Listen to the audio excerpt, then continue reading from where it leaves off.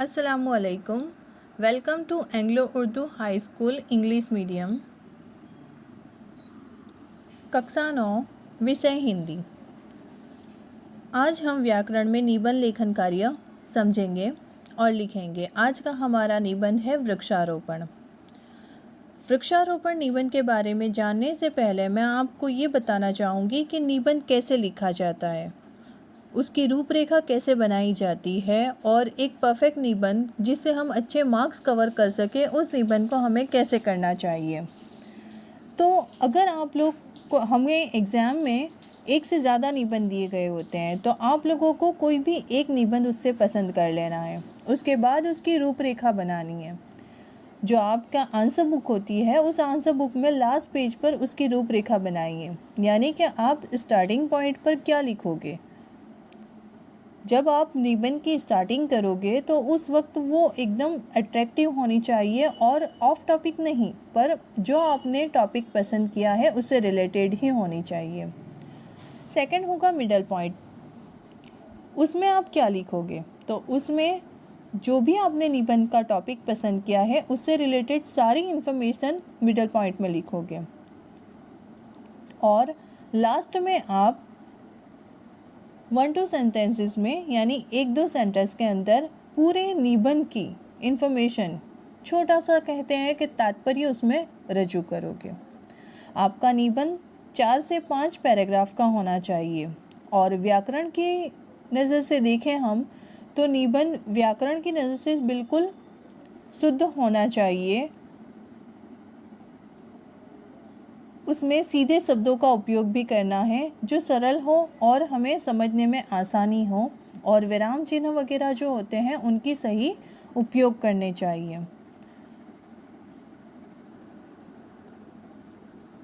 चलिए अब हम हमारा निबंध देखते हैं। तो आज का हमारा निबंध है वृक्षारोपण। आप लोग को अपनी हिंदी की निबंध की बुक में इस निबंध को अच्छे अक्षर में आज की तारीख के साथ इसे अपनी बुक में कंप्लीट करना है। जब भी आप निबंध लिखो उस वक्त, या फिर लैंग्वेज सब्जेक्ट लिखो, उस वक्त खास स्पेलिंग का ध्यान रखो।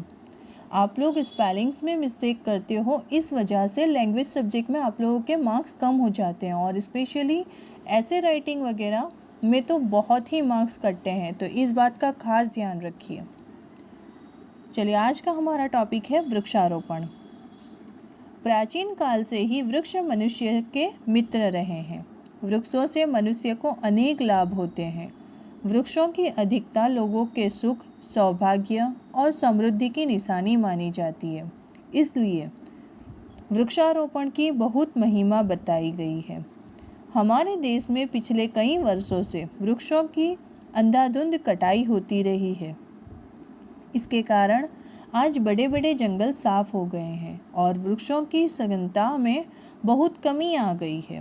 वृक्षों के अभाव से वर्षा की मात्रा कम हो गई है।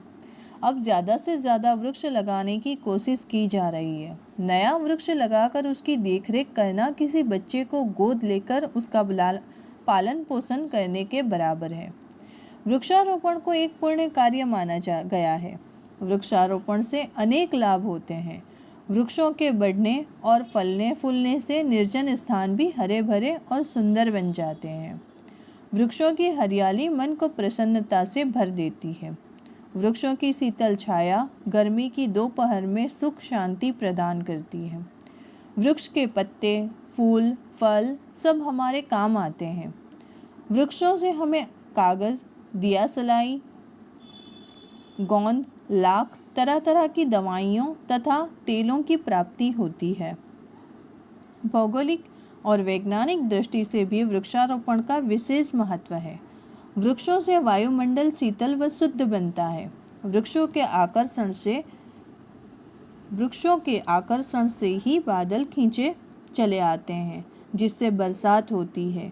खेत के चारों ओर पेड़ लगाने से खेत की मिट्टी की रक्षा होती है।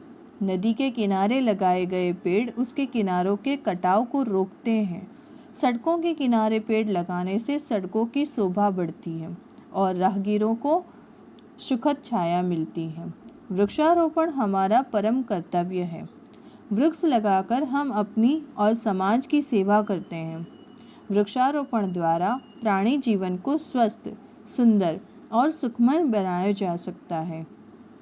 वृक्ष हमारे जीवन की प्रथम आवश्यकता है। वे हमारे जीवन के मूलाधार हैं।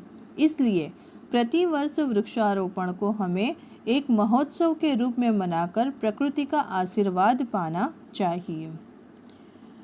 देखें, इस निबंध को आपको अपनी हिंदी की निबंध नोटबुक में अच्छे राइटिंग से बिना स्पेलिंग मिस्टेक किए लिखना है। Thank you for watching. जज़ाकल्लाह।